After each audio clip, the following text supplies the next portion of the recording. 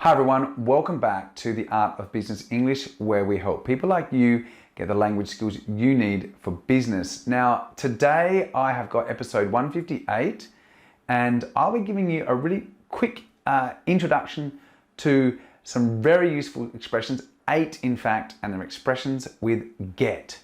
This verb is very versatile. We use it in so many different ways, and get is often formed with other verbs to make phrasal verbs, or formed with prepositions to make phrasal verbs.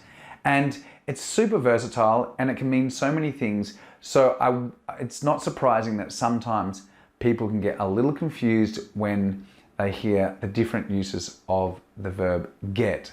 So let's check out today's episode, 8 expressions with the verb get. Okay, so the first one on my list is get into. Okay, so this can mean different things, but in today's episode, we're going to be looking at it in terms of this: to become interested in an activity or subject, okay, or start being involved in an activity. So get into in this context basically means, you know, if you're for my Spanish speaking friends, it's like aficionarse.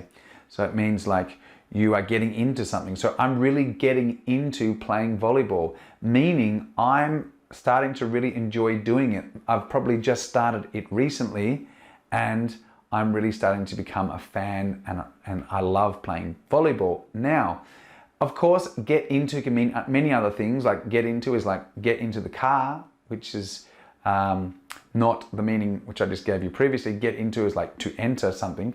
You can like get into trouble, meaning you have done something wrong and now you're being punished. You can get into a fight. So get into can mean many things, but today we're focusing on it in terms of starting to really enjoy something. Okay. All right. The next one on my list is get wrong. If someone is wrong, they are not correct in their judgment or statement about something. So if you get something wrong, it means you've really made a mistake. You've probably got confused and misinterpreted the facts. So understanding financial figures is an easy thing to get wrong if not studied well. So you can get the figures wrong if you don't study them well. Okay, so it's often easy to get things wrong because we don't understand the situation correctly. So there's also the expression, don't get me wrong, which means don't misinterpret what I mean. Don't misunderstand what I'm trying to tell you. Don't get me wrong, I love John, meaning even though I'm maybe angry at John or I'm criticizing John in this moment, I actually, don't misinterpret that and understand that I don't like him, because I do like John. It's just that at the moment, I'm not very happy with what he's done. Okay, so don't get me wrong, or to get something wrong, is another expression with get. The next one is get caught. So get caught.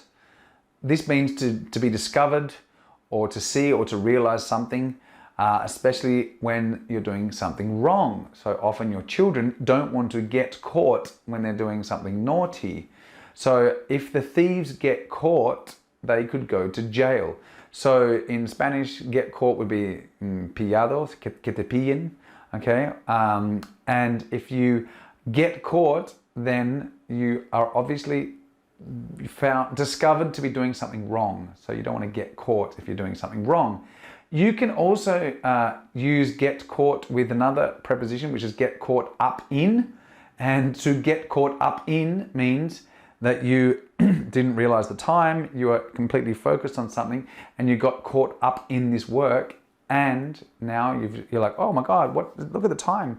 I got caught up in my work, meaning I was very highly concentrated on what I was doing and I didn't realize what time it was and what things were happening around me. So you can see how versatile get is. There are so many ways that we use it. We put it together with lots of prepositions, and this really makes it quite difficult to understand or know all of the different uses. Let's look at the next one. I think I mentioned this some weeks ago as well.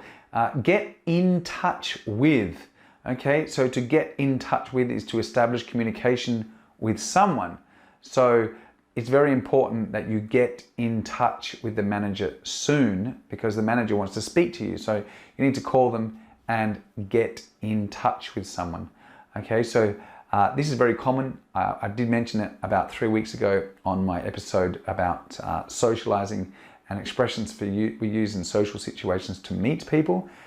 So yeah, that's another useful one you can use. The next one is get rid of. Okay, this one can be a little bit difficult if you've never heard it before. Get rid of means to free a person or a place of something unwanted or harmful.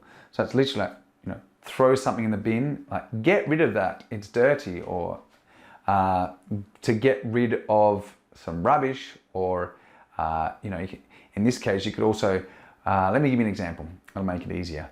We need to get rid of some staff, which basically means fire them. A leaner company will be more profitable. So if you get rid of some of your staff, it means that you fire them because you don't want them anymore, they're unwanted.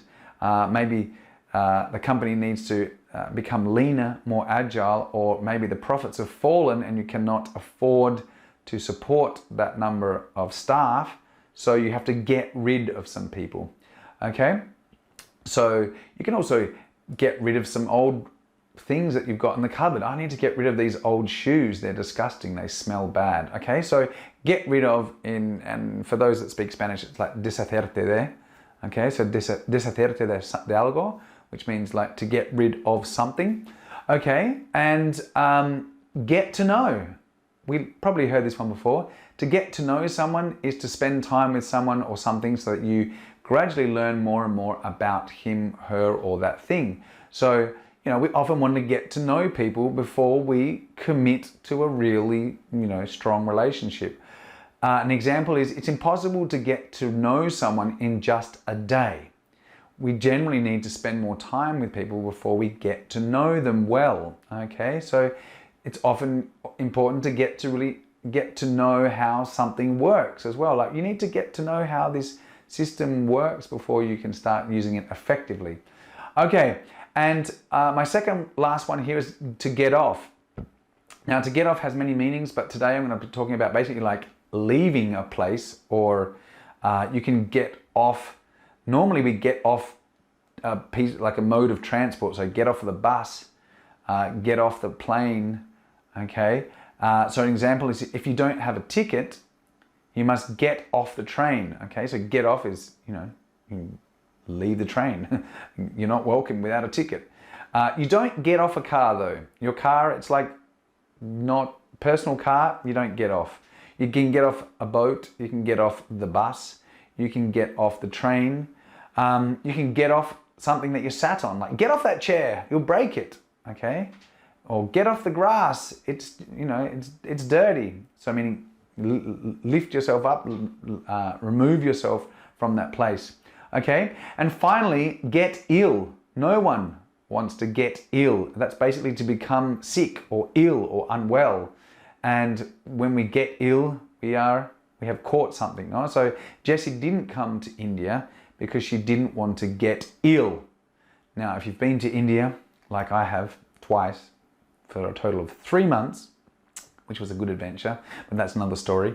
If you've been to India, you'll know very well that it's highly likely that you'll get ill, especially if you are backpacking around and taking the trains around the country, as I did many years ago. But yes, you don't want to get ill, because then you're going to be in bed for a few days. Okay, so those are 8 expressions that you can use with get, and as you'll see, they are extremely versatile. Get is an incredibly widely used verb, and just by modifying what comes after the verb, the meaning changes completely. So I encourage you, head over to the website, put in your comments if you've got any extra or other expressions with get that you like to use, or that you know well. Please feel free to share them here on over the website or on our social media accounts. Be great to hear from you people. And that's about it for me for this week. I look forward to having you all here again next week for another episode of The Art of Business English. So take care. Bye for now.